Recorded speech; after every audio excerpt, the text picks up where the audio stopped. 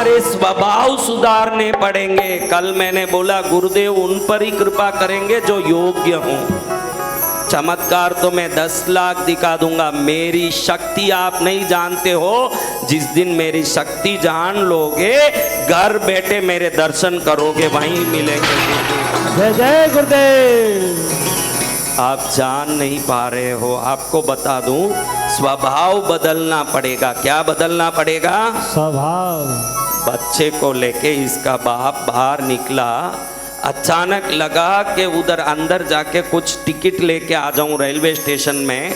सोचा कि उस भीड़ में इसको क्यों ले जाऊं, इसको बाहर बैठा दिया और हाथ में एक केला दे दिया कि तू केला खाते रहे, मैं 2 मिनट में टिकट लेके आ जाता हूँ। ये केला खाने बैठा, इतने में ऊपर से एक बंदर कूद के इसका केला छीन लिया और ये जोर जोर से डर के मारे रो रहा है। उस बंदर को कोई चिंता होगी? नहीं। क्यों नहीं होगी? क्योंकि वो जानवर है, सिर्फ अपने सुख के लिए जीना जानता है। और आप भी सिर्फ अपने सुख के लिए जीना चाहते हो तो आप जानवर से ज्यादा नहीं हो। ध्यान रखो, अगर आप सिर्फ अपने ही सुख के लिए जीना चाहते हो, मुझे सुख चाहिए, मेरी जिंदगी में खुशी चाहिए, उसके सिवाय मुझे और कुछ पता नहीं है, उस बंदर से ज्यादा नहीं हुआ। फिर आपकी खुशी, आपको आपकी अपनापन, हाँ कब होगा कल्याण? दूसरों का भला चाहें। कर्नाटक में, कर्नाटक राज्य में आप लोगों में कितने लोग कर्नाटक गए हुए हैं? कर्नाटक किसी काम से गए होंगे। कर्नाटक में लिंगायत समाज है। क्या समाज? लिंगायत समाज, यानी वीर शैव बोलते हैं उनको। ऐसे शिव के भक्त जो गले में ही शिवलिंग धारण करते हैं और पूजा होगी तो अपनी शिवलिंग निकाल के भगवान के सामने आरती में दिखाएंगे, पूजा करेंगे। बगैर शिवलिंग गले के वो रहते नहीं है, क्योंकि शंकर के साथ ही स्वयं को मानते हैं। इनमें एक बहुत बड़े ज्ञानी हुए हैं, उन ज्ञानी का नाम है बसवेश्वर स्वामी। क्या नाम? उनके ही नाम से बाद में वो साइंटिस्ट हुए, बसवेश्वरैया वो हुए, जिनका राहुल गांधी नाम नहीं बोल पाए ना, बसवेश्वरैया, विश्वेश्वरैया। हाँ समझा ना?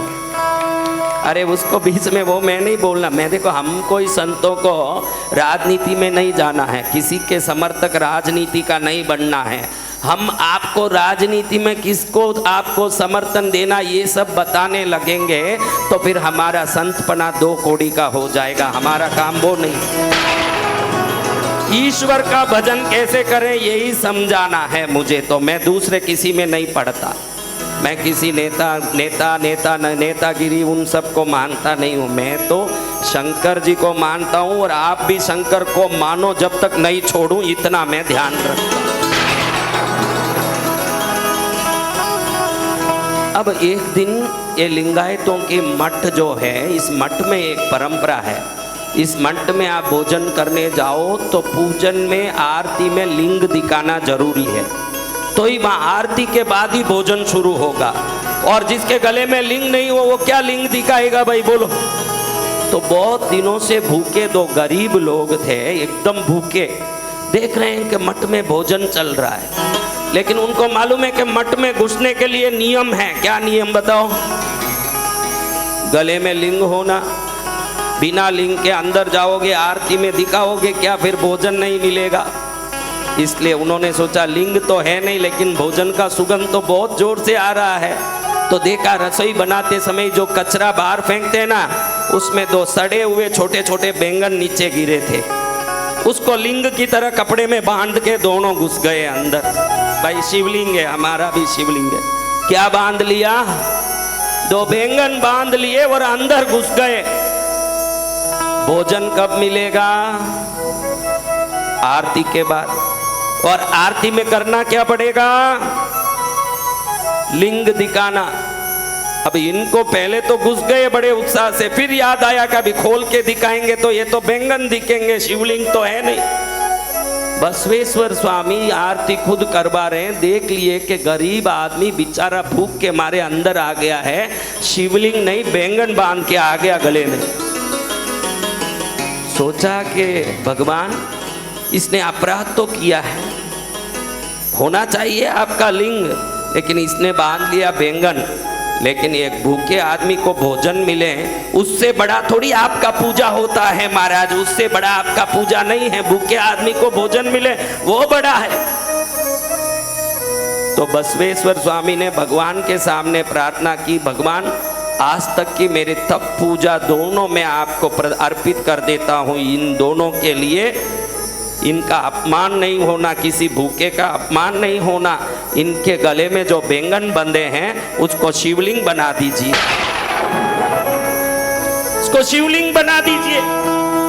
ये बैंगन नहीं होना चाहिए, क्योंकि गरीबों का अपमान संसार वैसे ही करता आया है प्रभु। यहाँ भी मठों में अपमान होगा तो फिर गरीब कहाँ जाएंगे इस दुनिया में?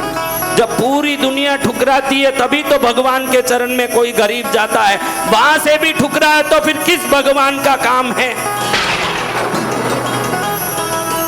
जब बसवेश्वर स्वामी ने बोला तो शंकर जी प्रसन्न हुए और एक क्षण में दोनों बैंगन शिवलिंग बन गए। वो डरते डरते कपड़े से जब आरती में दिखाने के लिए बैंगन निकाला, देखते हैं कि सालग्राम का शिवलिंग बना हुआ है दोनों बैंगन। ये बड़ा कोई देवात्मा ही ऐसे सोच सकता है दूसरों की भले की बात, इसीलिए तो उनको हम महापुरुष माने, उनको आज भी याद करते हैं। आज क्यों मैं बसवेश्वर स्वामी को याद किया? समझो उन दोनों को पकड़ के मरवाते कि भाई मारो इनको, बैंगन बांध के आ गए, ऐसे बोल के अगर वो मरवाते तो आज उनकी कहानी को कोई याद करता? पैसे को कोई याद नहीं करता, त्यागियों को, ज्ञानियों को, गुणियों को, श्रेष्ठ लोगों को ये इतिहास याद करता है। ध्यान रखना, याद करने लायक बनना हो तो बनो, दूसरों के लिए कुछ करने वाले बनो। अगर एक बंदर किसी के हाथ का छीन के जाता है, वैसे हरदम लपेटने की कोशिश में रहोगे तो जानवर से ज्यादा नहीं रहोगे। आप ही बोलो, कभी आपने पड़ोसी की चिंता की है? की पड़ोसी की चिंता, पास गली वाले की चिंता, राज्य की चिंता, गांव की चिंता, देश की चिंता, जिन्होंने की आज भी वो अमर है। और आप खुद की चिंता करते बैठे हो, इसीलिए दुखी भी हो। दूसरों के दुखड़े दूर करने वाले तेरे दुख दूर करेंगे। दूसरों के दूर करने वाले तेरा दुख दूर करेंगे। जिए जा तू जग में भलाई का काम, तेरे दुख दूर करेंगे। देखो मंदिर भी जाए ना, भक्ति भी कुछ न कुछ काम का है। इसमें बैठी हुई में 90% महिलाएं यहाँ से कुछ न कुछ मिल जाएगा उस चक्कर में आती है, रोज कुछ न कुछ मिल जाएगा। इसलिए नहीं आती है कि शंकर मेरे हैं। इसको ये समझाना चाहता हूँ कि किसी चीज के लिए मत आ, शंकर के लिए आ। शंकर ही तेरे हो गए तो उनकी कृपा भी तेरी ही होगी, ध्यान रखना।